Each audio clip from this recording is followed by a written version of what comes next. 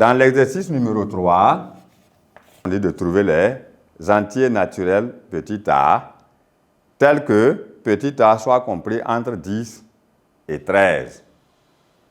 Alors, lorsqu'on dit ça, comme on n'a pas dit ou égal, normalement, 10 ne fait pas partie, 13 ne fait pas partie de l'ensemble des nombres qu'on doit citer. Mais en sixième, on vous le permet.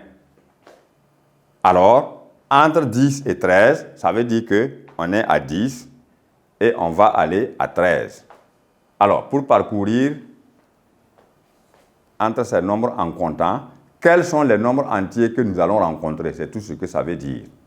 Alors, les nombres entiers naturels A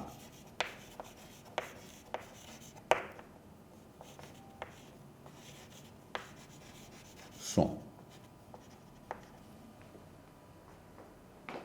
Alors, lorsque vous dites 10, après 10, le nombre entier suivant, c'est 11. Après 11, c'est 12. Donc, il y a 11 et 12.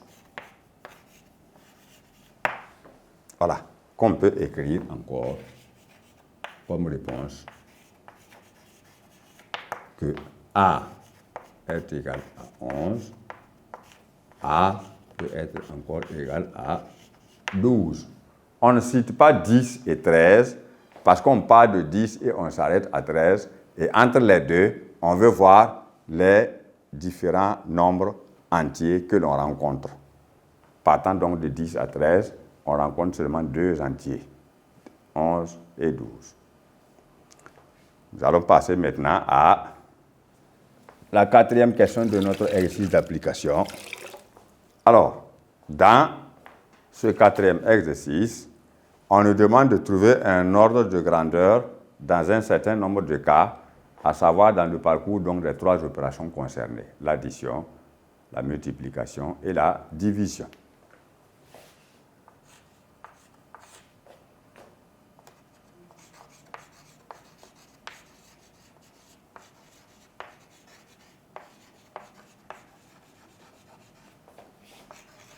On dit 947 plus 29.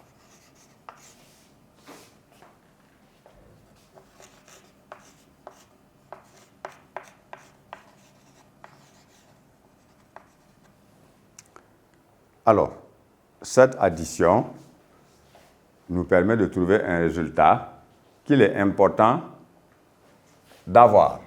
Alors, nous avons ici 947 plus 29.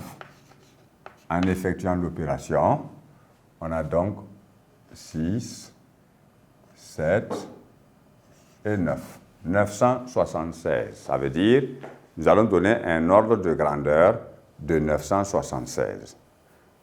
Alors, on obtient ceci.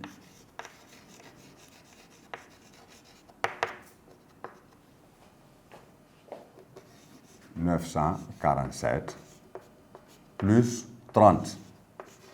Ça veut dire que nous modifions l'un ou l'autre des termes de l'addition. Alors, nous obtenons ici 977. Et nous disons que 977 est un ordre de grandeur de ce résultat.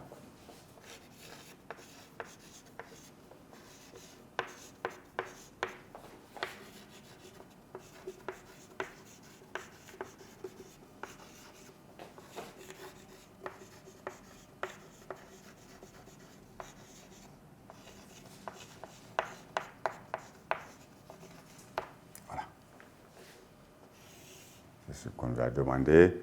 Donc, soyez aussi précis et concis. On a dit de donner un ordre de grandeur. N'en proposez pas une vingtaine. Parce qu'en ce moment-là, si on a une copie à corriger, c'est un travail hors sujet. Donc, restez précis suivant les questions que l'on vous pose.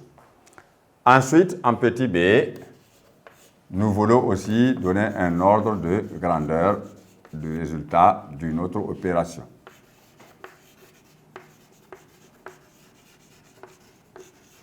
Il s'agit de l'opération de multiplication 15 par 16.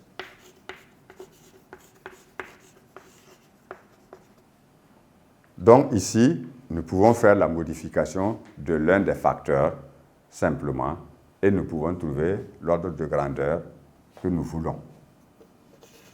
Mais avant, on va effectuer, on a 15 multiplié par 16, 240. Voilà donc le résultat exact de l'opération de 15 fois 16. Nous allons maintenant modifier l'un ou l'autre ou les deux termes à la fois pour obtenir un ordre de grandeur que nous pouvons calculer. Alors, la modification ne consiste pas forcément à modifier les deux. On peut en modifier un pour que l'on puisse avoir un résultat qui est à peu près égal au résultat exact. Par exemple, je peux avoir 15 fois 15. Voilà, et 15 fois 15, ça me fait 225, si je ne m'abuse. Voilà. Si je peux dire que 225 est un ordre de grandeur de ce résultat de 15 fois 16.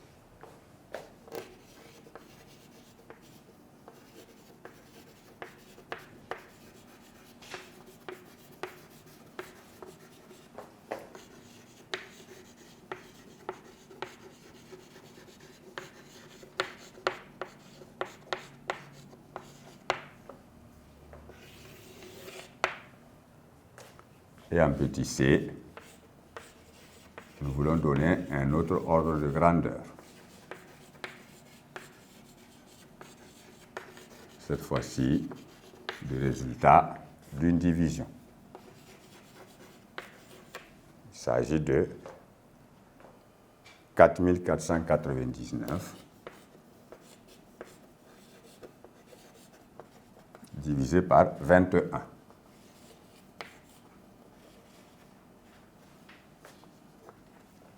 Alors, ici, nous allons voir, selon le besoin de faciliter la tâche, comment nous allons modifier l'un ou l'autre des facteurs du quotient ou les deux à la fois. Ici, par exemple, nous savons que 4499 divisé par 21, il est environ égal à combien?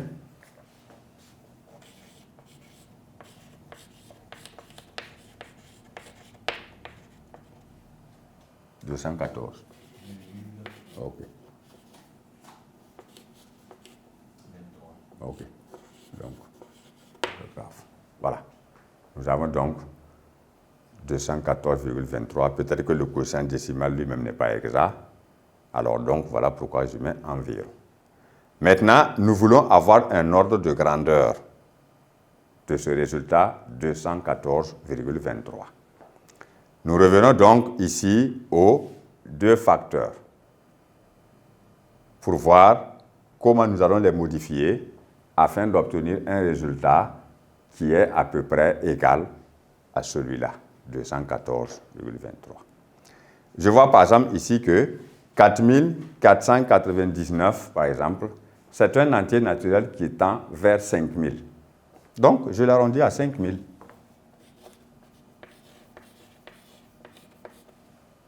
Et maintenant, ici, c'est une division, pardon.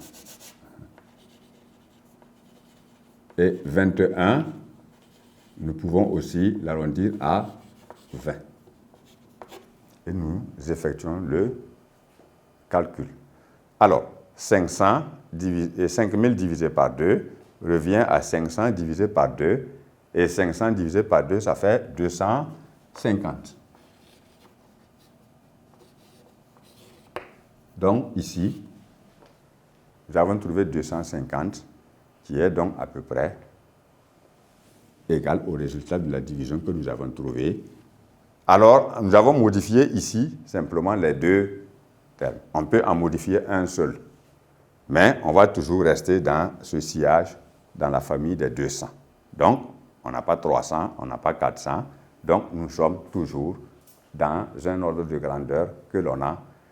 Quelqu'un d'autre peut en trouver un autre, et ainsi de suite. Voilà pourquoi on dit que l'ordre de grandeur d'un résultat n'est pas un nombre unique que l'on peut trouver ou que l'on doit trouver. Il y en a plusieurs. Donc, c'est selon ce que l'on souhaite et c'est en fonction de cela aussi que l'on modifie les termes quand c'est une addition, les facteurs quand c'est un produit ou un quotient. Alors, c'est ici donc la dernière question de nos exercices d'application relatifs au chapitre que nous avons achevé sur la comparaison et le rangement des nombres. Dans le quatrième exercice, nous avons la question C, où on nous demande de donner un ordre de grandeur de résultat d'une division.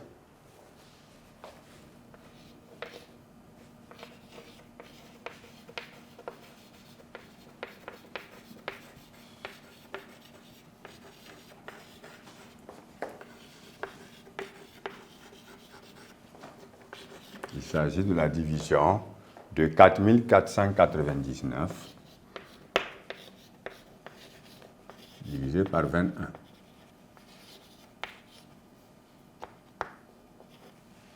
Alors, nous en avons un résultat exact que nous pouvons déjà donner.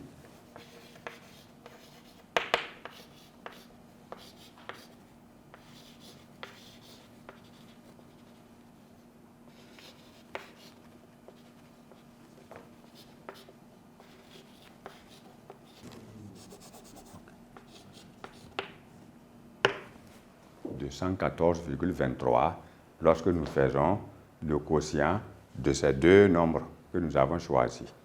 Alors, à partir de là, on obtient l'ordre de grandeur suivant, qui n'est pas unique, comme on l'a dit. Ici, nous pouvons modifier les deux facteurs du quotient, parce que 4499 est à peu près égal à 4500.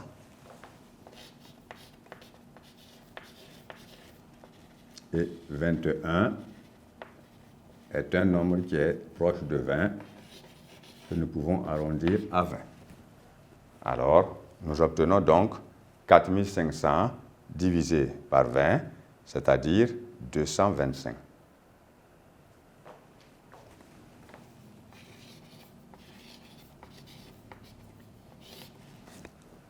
Alors, ce résultat 225 est objectivement proche de 214,23.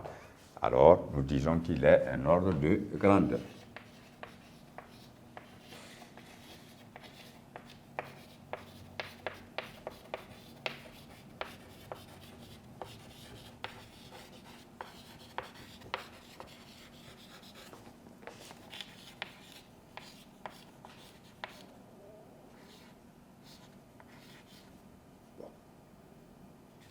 On peut l'écrire aussi entre autres comme ça, par 21. Voilà ce que nous avons vu. Lorsqu'on a une division, ce symbole-là, ce signe-là peut se traduire aussi par un trait où nous obtenons justement un quotient, c'est-à-dire un nombre divisé par un autre. Donc, quand on dit 4499 divisé par 21, c'est la même chose que quand on dit 4499 sur 21. Voilà, c'est la même chose, même désignation. Voilà. Donc, ainsi s'achève la correction des exercices d'application sur le chapitre comparaison et rangement des nombres autour duquel nous avons eu à échanger, à réfléchir ensemble.